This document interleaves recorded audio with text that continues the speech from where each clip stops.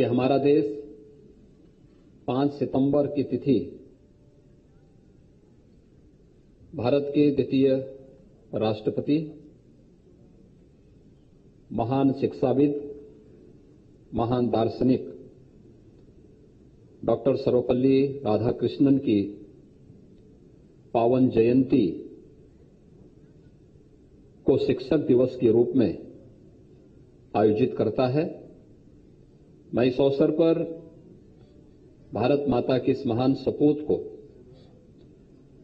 भारत की आजादी के आंदोलन में, भारत के संविधान निर्माण में, भारत के आधुनिक भारत के निर्माण के लिए शिक्षा एक सशक्त माध्यम हो सकती है और भारत के उन सभी दार्शनिक पहलुओं को जिन्हें उन्होंने बड़ी सहजता के साथ देश के सामने प्रस्तुत किया था, उन सब के लिए, जिनकी सेवाओं के लिए आजाद भारत ने उन्हें भारत रत्न से सम्मानित किया, भारत के ऐसे द्वितीय राष्ट्रपति डॉक्टर सर्वपल्ली राधाकृष्णन को इस अवसर पर नमन करते हुए उन्हें विनम्र श्रद्धांजलि अर्पित करता हूं।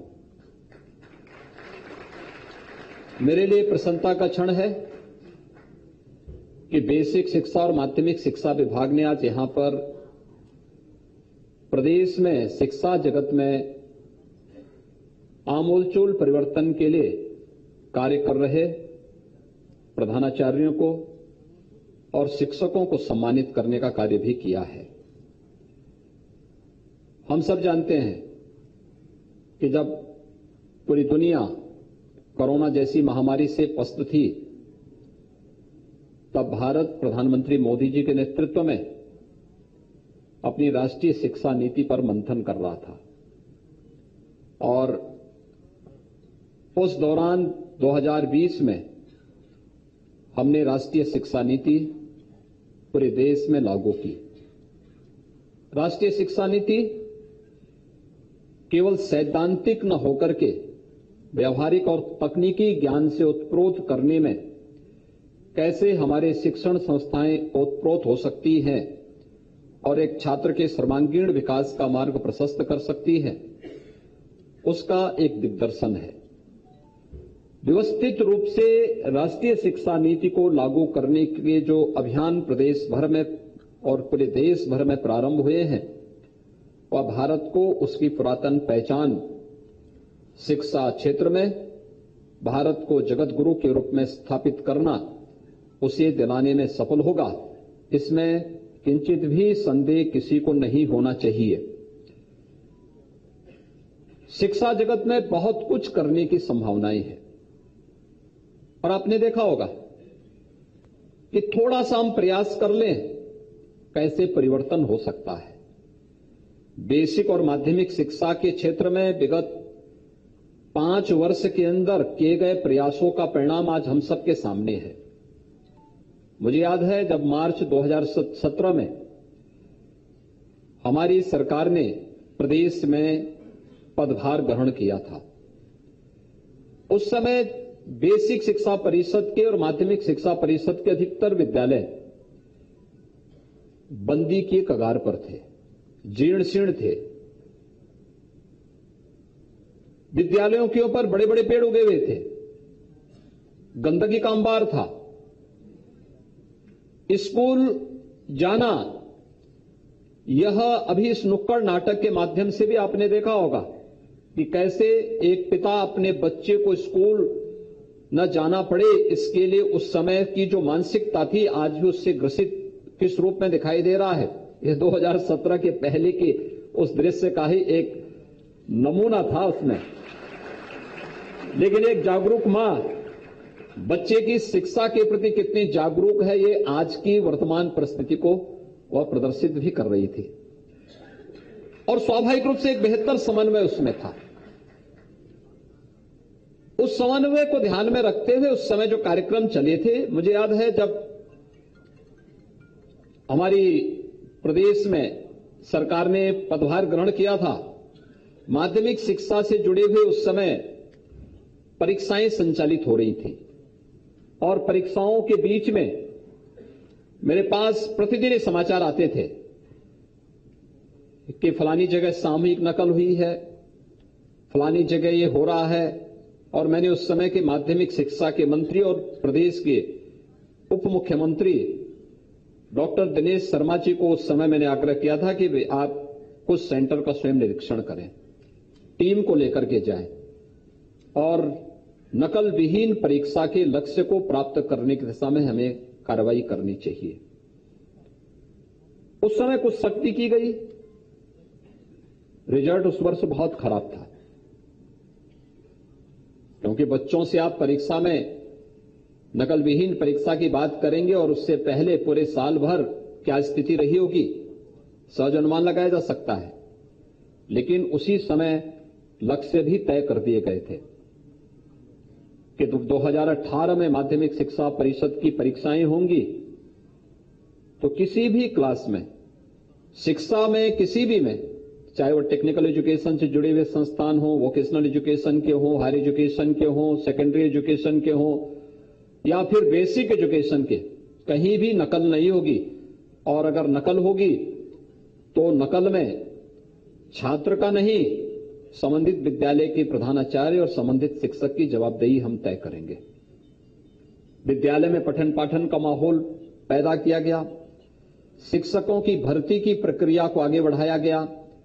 जहां पर भर्ती में थोड़ी देरी है वहां पर रिटायर्ड शिक्षकों की सेवाओं को लिया गया और जहां पर रिटायर्ड शिक्षक कार्य करने के इच्छुक नहीं थे वहां विद्यालयों को इस बात की परमिशन दी गई कि कम से कम साइंस, मैथ्स और इंग्लिश के शिक्षकों को वे मानदेय पर अपने स्तर पर रखें और जब नई नियुक्ति हो जाएगी तो फिर नई नियुक्ति के साथ ही उनकी उसी समय सेवाएं इनकी समाप्त होंगी और नए लोगों को आप उसमें अवसर देंगे।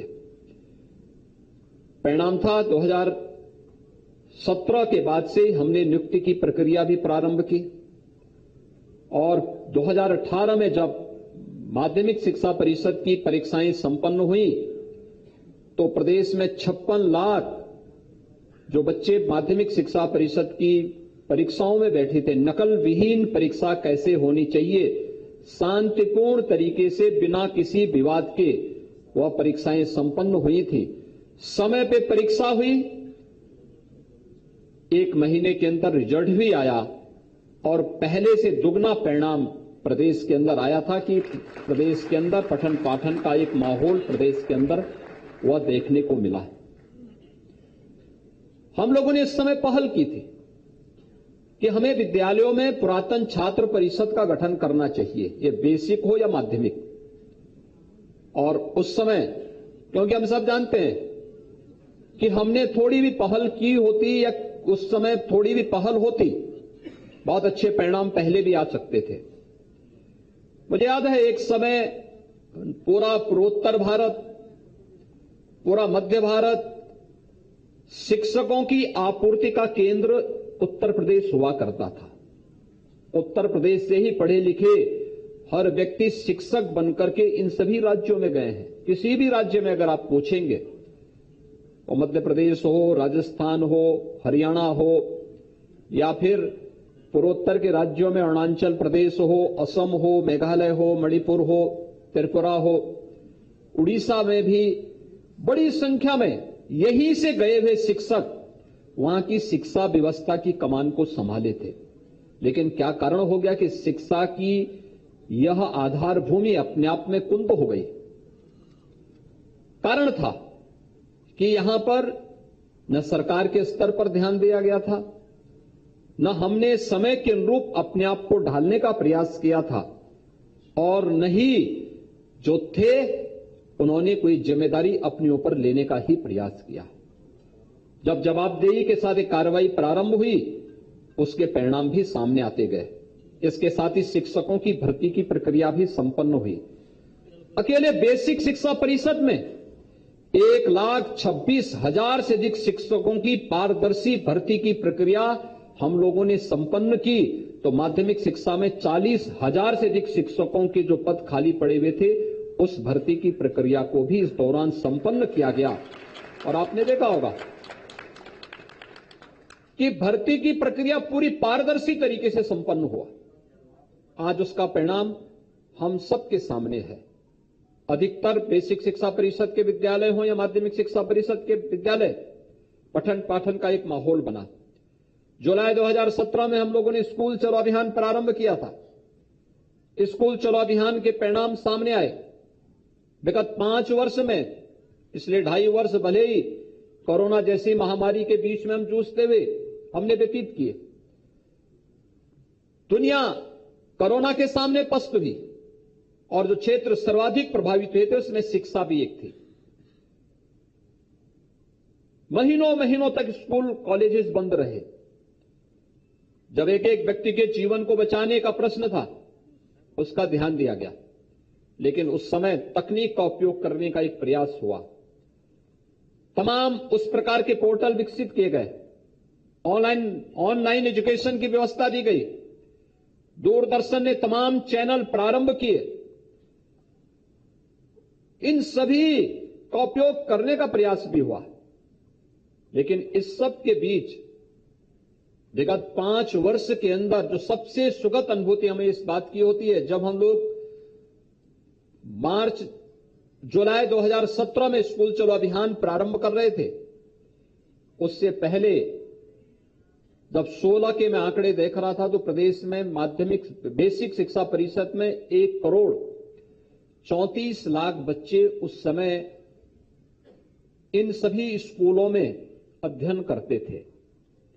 और जब मैं आज के आंकड़े देखता हूं तो ये संख्या 1,34,00,000 से बढ़कर के आज 1,92,00,000 हो चुकी है। यानी स्कूल चलो अभियान अपनी सार्थकता को प्राप्त कर रहा है और हम इस बात को मान सकते हैं कि बेसिक शिक्षा परिषद के स्कूलों में बच्चों की संख्या में बढ़ोतरी होना इस बात को प्रमाणित करता है कि वहां पे शिक्षा का स्तर बढ़ा है। इस दौरान ऑपरेशन कायाकल्प चलाया गया। पुरातन छात्र, मैं देख रहा था हमारे मुख्य सचिव, एक दिन मुझे बलिया एक कार्यक्रम में जाना था, बलिया बलिदान दिवस के कार्यक्रम में। उन्होंने स्वयं भी इच्छा व्यक्त की कि मैं भी बलिया चलना चाहता हूं। तो मैंने समझा बलिया में वे स्वयं इसलिए जाना चाहते होंगे क्योंकि बलिया बलिदान दिवस है और 1942 में 19 अगस्त के दिन बलिया ने अपने आप को स्वतंत्र घोषित कर दिया था। कई महीनों तक बलिया स्वतंत्र रहा, लेकिन जब मैं बलिया पहुंचा तब मुझे पता लगा कि नहीं, वहीं के एक इंटर कॉलेज में उन्होंने अपनी शिक्षा प्राप्त की थी, इसलिए अपने स्कूल को देखने के लिए वहां जा रहे थे। अगर चीफ सेक्रेटरी के पद पर एक व्यक्ति अपने बचपन के उस स्कूल को जहां करके देखने की इच्छा रखता है, क्या इन स्कूल कॉलेजेस ने कभी अपने उन पुरातन छात्रों को पहचानने का प्रयास किया, उन्हें अपने साथ जोड़ने का प्रयास किया? थोड़ा भी प्रयास कर लेते तो मुझे लगता है कि शासन की सहायता के बगैर भी हम हर एक विद्यालय की कायाकल्प को करते हुए सभी प्रकार की बुनियादी सुविधाओं से उन्हें संपन्न कर सकते थे, लेकिन उसके लिए पहल की आवश्यकता है। एक शिक्षक केवल शिक्षक नहीं होता, वो सरकारी कर्मचारी नहीं होता है, वो योजक होता है, समाज का योजक होता है, राष्ट्र का योजक होता है, राष्ट्र का निर्माता होता है, और उसको नींव मजबूत करनी होती है। एक एक को नींव मजबूत तब होती है जब एक एक को जोड़ता है। कहीं भी कुछ नयापन है, शिक्षा जगत में हो, समाज जीवन में हो, राष्ट्रीय जीवन में हो, उन सबको अपने तरीके से एक दृष्टि देकर के एक छात्र के सर्वांगीण विकास के लिए कार्य करने की दिशा में किया जाने वाला प्रयास, ऑपरेशन कायाकल्प उसी का हिस्सा था, जिसमें प्रदेश के अंदर 1,35,000 बेसिक शिक्षा परिषद के स्कूलों में जन सहभागिता के माध्यम से बुनियादी सुविधाओं से आच्छादित उन्हें किया गया। आज मैं मानता हूं, हो सकता है कुछ विद्यालय ऐसे भी होंगे जिनमें अभी भी पुरानी स्थिति होगी, हो सकता होगा, क्योंकि बहुत सारी जगह इस प्रकार की स्थितियां होती हैं। लेकिन मैं मानता हूं कि 1,43,000 में से जो संख्या वर्तमान में है, उनमें से 35,000 विद्यालय आज के दिन पर ऐसे हैं जहां पर उनके फर्नीचर ठीक, वहां पर उनका फर्श अच्छा बना है, बालक और बालिकाओं के लिए टॉयलेट बने हैं, पेयजल की सुविधा है, सोलर पैनल लगाने की व्यवस्था या विद्युत के कनेक्शन के माध्यम से स्मार्ट क्लास, लाइब्रेरी की सुविधा वहां पर प्रदान करने की व्यवस्था दी गई है। और ये सभी सुविधाएं देने के साथ ही कुछ न कुछ नया उन विद्यालयों के प्रधानाचार्यों ने, विद्यालय के शिक्षकों ने और विद्यालय की जो पुरातन छात्र परिषद है या प्रशासन ने या जनप्रतिनिधियों ने मिलकर के वहां पर कुछ न कुछ नया किया है और आज उसका परिणाम भी वहां देखने को मिल रहा था। निपुण भारत अभियान इसी का एक हिस्सा है। प्रधानमंत्री जी की उस मंशा को कि हमें अपने विद्यालय को, हमें अपने ग्राम पंचायत को, हमें अपने विकास खंड को, हमें अपने जनपद को और अंततः हमें अपने प्रदेश को निपुण बनाना है। और उसी क्रम में आपने 3 बच्चों का प्रदर्शन यहां पर देखा होगा कि अगर यह अभियान प्रदेश भर के सभी शिक्षक अपने हाथों में ले लें, उस जिम्मेदारी का निर्वहन करना प्रारंभ कर लें, एक विद्यालय में कितने बच्चे होंगे, एक शिक्षक के पास कितने बच्चे आएंगे? बहुत होंगे, 25, 30, 40। एक शिक्षक अगर उन 40 बच्चों की जिम्मेदारी अपने ऊपर लेकर के गांव में महीने में 1 बार 2 बार भ्रमण करते हुए घूम करके उन परिवारों के साथ मिलेंगे तो सामाजिक अध्ययन का एक बहुत बड़ा माध्यम उनके सामने होगा।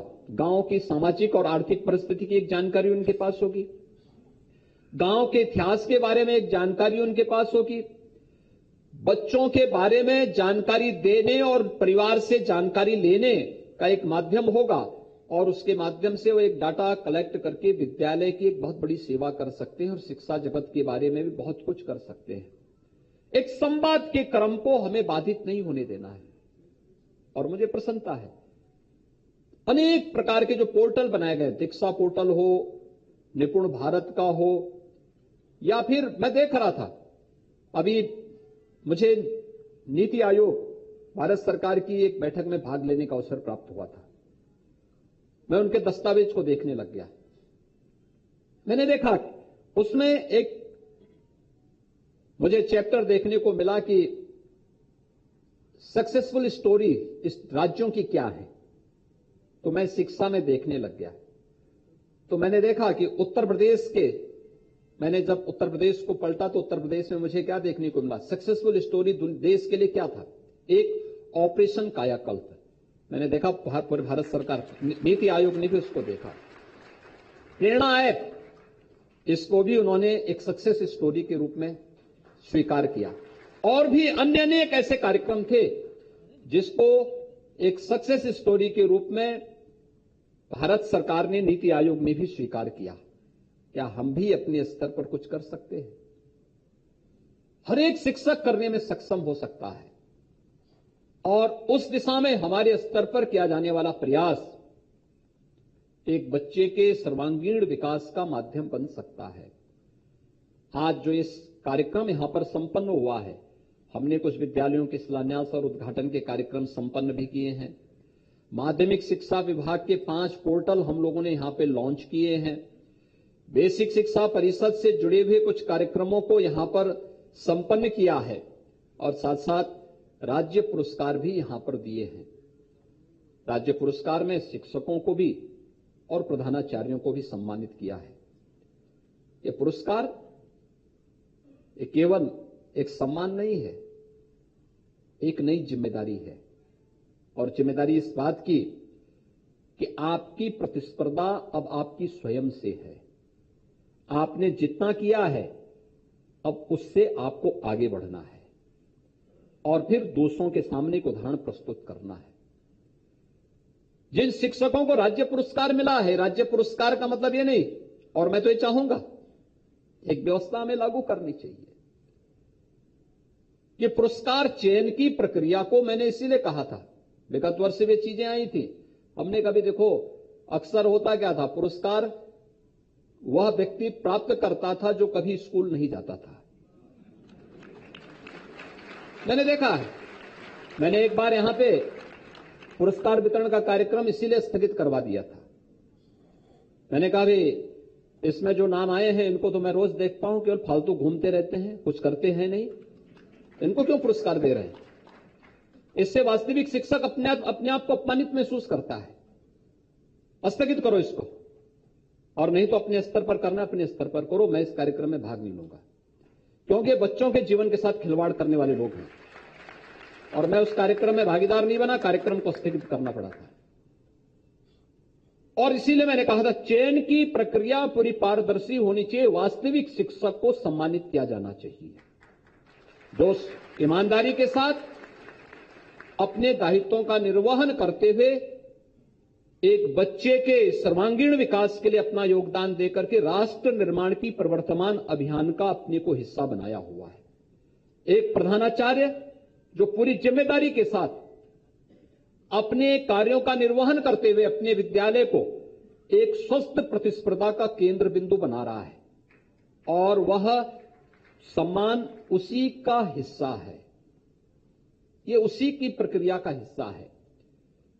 केवल 2 साल उन्हें सेवा विस्तार मिल जाए या उन्हें एक निश्चित राशि पुरस्कार के रूप में हम दे दें, या परिवहन निगम की बसेज में उनको इतने किलोमीटर तक फ्री में सुविधा उपलब्ध हो जाए, ये बहुत गौण चीजें हैं। महत्वपूर्ण ये कि एक नई जिम्मेदारी उनके ऊपर आ रही है, और जिम्मेदारी इस बात की कि उन्होंने अब तक जो किया है इससे उनकी स्वयं की प्रतिस्पर्धा होगी। अब उनको उससे आगे बढ़कर के कार्य करना है और कुछ नयापन करके दिखाना है, एक नयापन करके दिखाना है, कुछ नया देना है समाज को। ये उनके जीवन का आत्मसंतुष्टि का एक माध्यम बनेगा, और इस दिशा में, इस प्रयास में हम सबको ईमानदारी के साथ आगे बढ़ना होगा। और मैं आह्वान करूंगा, विगत 5 वर्ष के अंदर बहुत कुछ किया है, लेकिन अभी बहुत कुछ होना बाकी है, बहुत कुछ होना बाकी है। मैंने आपको पिछली बार भी कहा था, नियुक्ति की प्रक्रिया जब हम करेंगे तो नियुक्ति की प्रक्रिया को इतनी पारदर्शी तरीके से संपन्न करेंगे कि किस शिक्षक का ट्रांसफर की प्रक्रिया हो पता भी नहीं होगा, मुझे भी नहीं पता होगा, हमारे मंत्री को भी पता नहीं होगा, विभाग के प्रमुख सचिव को भी नहीं पता होगा कि किस व्यक्ति को कहां जाना है। मेरिट के आधार पर हम पूरी प्रक्रिया को अपनाएंगे, और लोगों ने उसको एप्रिशिएट किया था, हर एक स्तर पर उसको लोगों ने माना है।